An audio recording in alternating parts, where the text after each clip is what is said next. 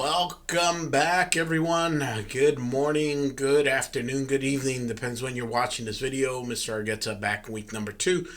Welcome back, guys. It's Wednesday. It is about 8:37 in the morning. It is a gloomy day today. I just finished my double shot of coffee and got my hydration going now. Essentially ready to get you guys going for the week. I apologize. Yesterday should have been the day I did this recording, but was catching up on a few things, so hadn't been able to get in the office to do it. So today, of course, in the morning, I made it a priority to get this video out to you. So this week, let me give you a sort of a rundown of what to expect, what's coming up, and what you're going to be seeing. So ultimately, in Principles of Management, I am going to be reviewing all of last week's work, so that would include your discussions, all of your assignments, make sure all the grades are updated. So it takes me a few days to read through all the discussions. I do read all of your discussions, so make sure you're putting effort into that. That is an important part for me. As you know, it's 30% of your overall grade. It makes a huge difference. So just to put it in perspective for you, you have about 5 discussions that equal out 30% of your grade. So it's important to make sure you get every point you can. And a lot of people focus more on the chapter work and the quizzes. They think that that's worth more, but it's not. That's worth much less. And the reason why I do that is because, let's be honest with each other. We're all adults. Let's be honest. A lot of the work that's done in regards to your book is easily accessible, and there's a purpose for that. I want you to use your resources. In the real world, we use all of our resources. It'll be silly for me to think that you're going to go to the real world and go into business and you're not going to go on the internet to find an answer for something. So I kind of expect that. Now, what I don't expect is for you to give me someone else's work. That's called plagiarism, or falsifying some documents and saying this is your work. I want you to analytically think. That's the purpose of all of this, is give you information for you then to adapt and analytically think through that information. So, for example, in this week's discussion, we review what would be called the ethical perspectives. Now, this is important in business because there's a lot of gray area in business. There's a lot of areas where there is no clear right or wrong. So we explore, how do you make decisions from an ethical perspective? What is that influence that maybe you haven't even thought about? Some of the things that I utilize to sort of put you in a position to force you to kind of look at the decision-making process. Now, I have read through some of the discussions, some of the posts already, and you guys are on target. First of all, thank you for not making this class more difficult and trying to utilize AI to generate an answer for you. AI is a software, and what it does is just predicts what you're going to say next. So it becomes very repetitive. So I know students are utilizing AI when all the discussions start off with statements like, after reading chapter whatever, after reading page whatever, after reading this, my ethical perspective is that. That is not your voice. That's AI. It's obvious AI. You can determine AI once you've seen thousands of its responses.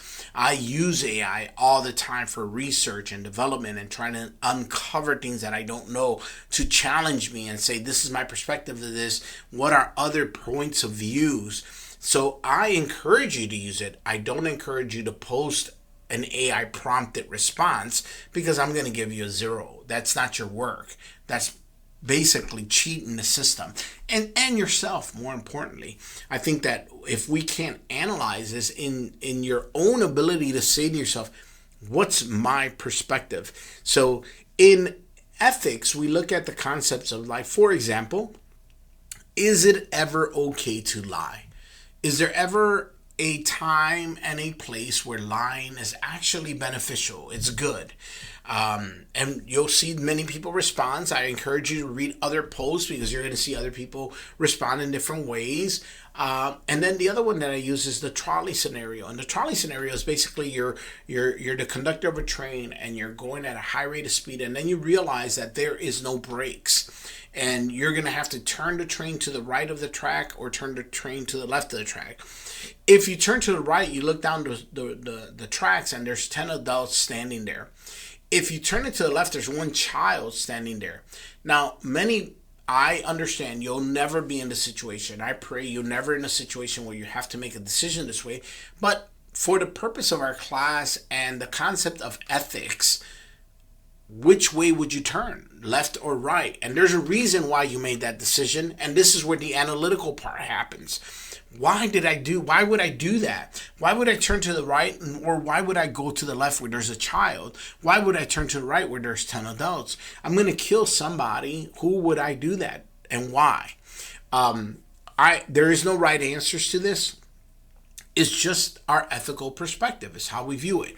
For example, in an ethical perspective of utilitarianism, you are basically saying that the end result of what happens is justified by the means in which we do it. In other words, if a lot of people win or gain because of this decision, then it's worth making that decision, no matter what that process was.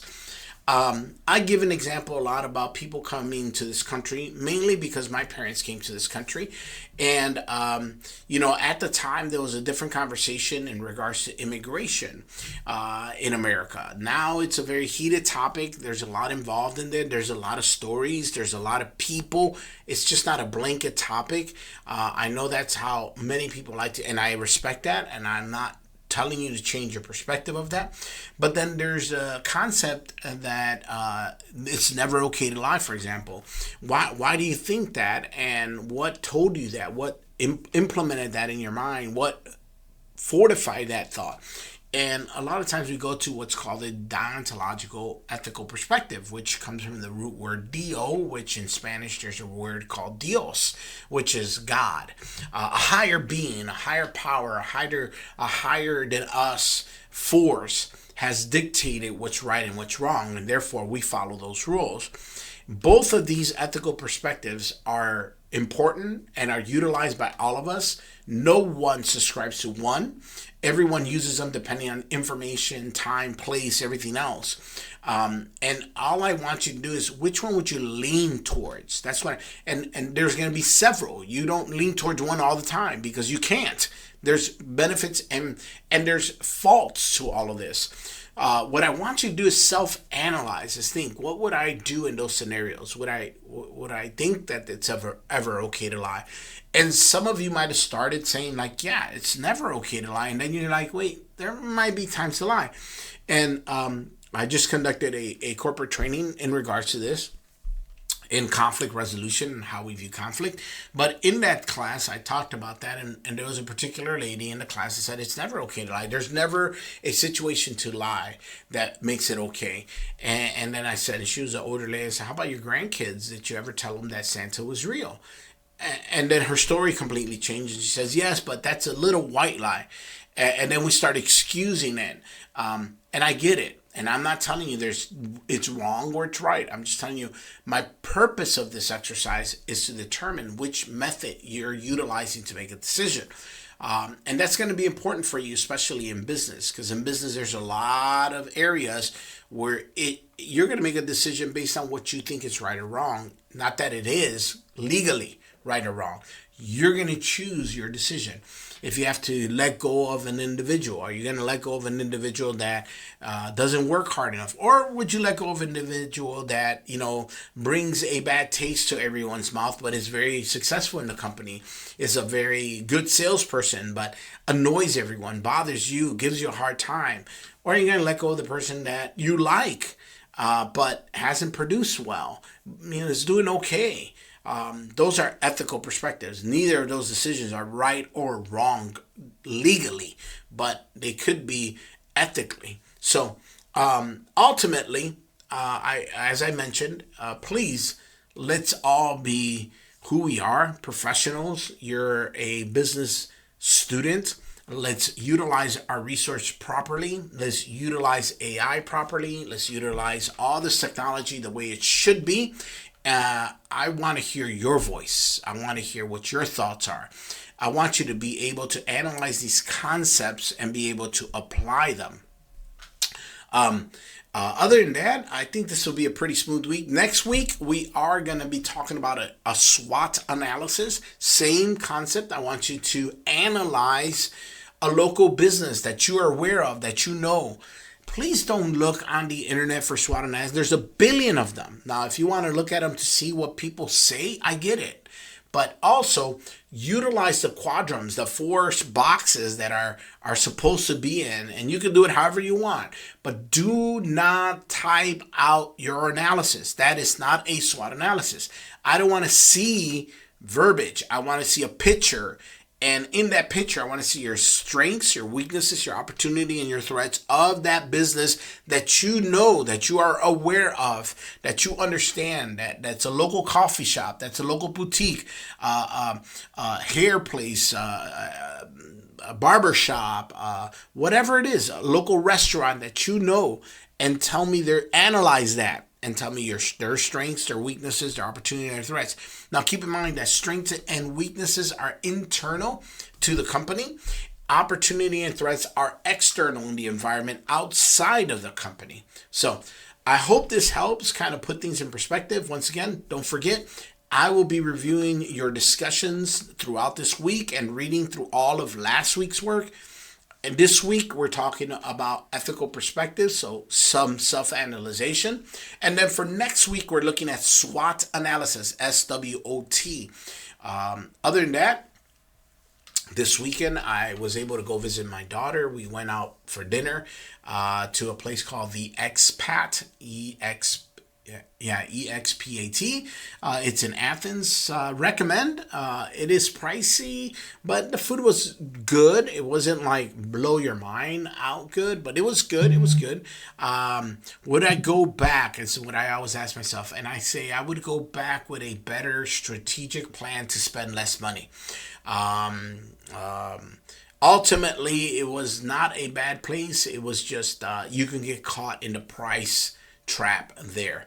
I've been to places like Brazilian steakhouses where if you go at the right time, like during lunch in the weekday, you can eat an amazing meal and pay half the price.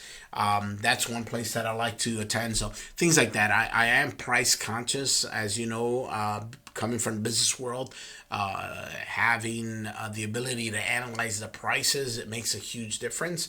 But that said, I got to see my son on Monday. He came over for some barbecue. We got to hang out and play Clue. Believe it or not, I've never played Clue before, so it was fun. It took me a couple rounds to figure out what to do and the process of elimination and all that stuff, but it was cool. I hope you guys enjoyed your extended weekend. Once again, forgive me for not posting this earlier, but I like the life work balance. So Monday I barely checked emails, but then Tuesday, of course, I was inundated with a bunch of them. That said, I hope you're having a great time. I hope you're enjoying these videos, and we will see you next time. Grab a cup of coffee, and I wish you the best in doing your work. Take care, everyone. We'll see you next week.